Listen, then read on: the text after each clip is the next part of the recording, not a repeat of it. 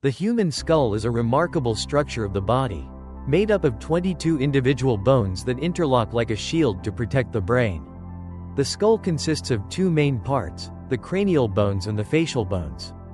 The cranial portion includes 8 large bones, such as the frontal, parietal, and occipital bones, forming a hard protective shell around the brain, the most vital organ of the human body. The remaining 14 facial bones shape the face, the eye sockets, and the supporting framework for the nose and mouth. At the bottom, the mandible is the only movable bone, allowing us to chew and speak. Between the bones are immovable sutures, fitting together like perfect puzzle pieces, ensuring strength while keeping the structure lightweight. Thanks to this unique design, the skull not only protects the brain but also forms the foundation for our senses and facial expressions. It is truly one of the most intricate biological structures ever created by nature.